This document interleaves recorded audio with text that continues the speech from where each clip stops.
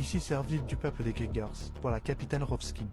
Rovskin était dans un sale état et m'a demandé de continuer d'enregistrer son journal de bord via son chronologue. Elle m'a sauvé la vie, donc je lui dois bien ça. On a réussi à atteindre la tour de contrôle dans l'après-midi, mais la Silmad nous poursuivait. En plus, Rovskin pouvait à peine marcher à cause de sa blessure. Et ses yeux, ils étaient différents. Elle semblait être de moins en moins elle. J'ai voulu alerter Frank Winston, la personne qui nous avait refilé le tuyau pour la mine d'Ormal.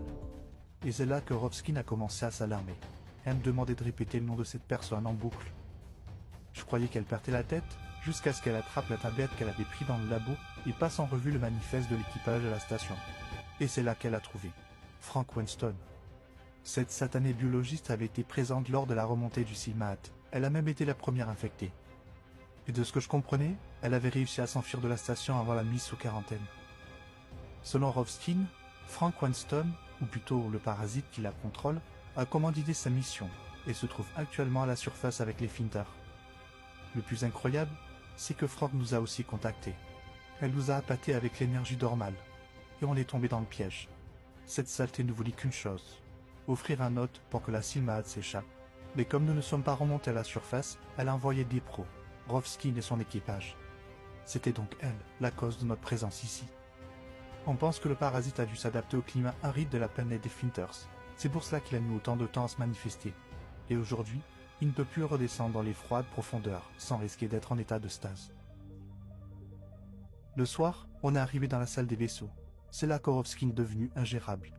Elle hurlait et se tenait la tête, et parlait en une langue que je reconnus difficilement, jusqu'à ce qu'elle prononce le mot Yagona Finis. Je reconnus ce mot. Il venait de ma planète, Klingieria. Un mot provenant d'une prophétie vieille depuis des millions d'années, que mon père me racontait. Elle prédisait le retour de Yagona Finis, une entité bannie de ma planète, due à sa soif de destruction. Yagona Finis viendra se venger un jour de lui noire et signera la fin de notre civilisation. Mon cœur battait de plus en plus fort. La Silmat était Yagona Finis. Je devais tuer Rovskin. Elle ne devait pas être l'hôte qui permettrait à Yagona Finis de revenir à la surface. Je pointais mon arme sur elle, et Rovskin eut un moment de lucidité. Elle avait compris la gravité et me fait signe de la tête. Je devais tirer. Je voulais m'exécuter, mais la Silmat, enfin Yagona Finis, était là, et enveloppa de son fluide noir Rovskin. J'avais beau tirer, il était trop tard. Je courus dans le sas de décompression, montai dans un vaisseau, et je m'enfuyai.